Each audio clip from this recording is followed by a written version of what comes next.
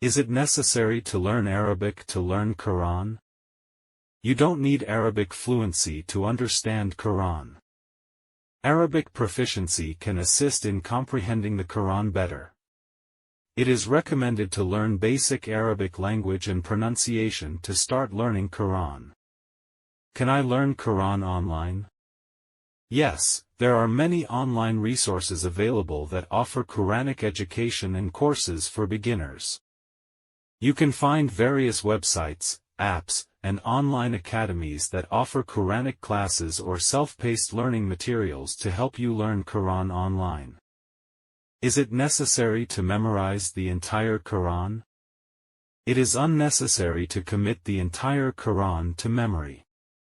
However, memorizing parts or entire chapters of the Quran is considered a valuable act of devotion in Islam. If you wish to memorize Quran, you can start by memorizing smaller chapters or verses and gradually increase your memorization capacity. How long does it take to learn Quran for beginners? Everyone has their own way of studying the Quran. This depends on their dedication, learning speed, and available resources. Newcomers can learn Quran basics in a few months and advance to higher levels with steady practice.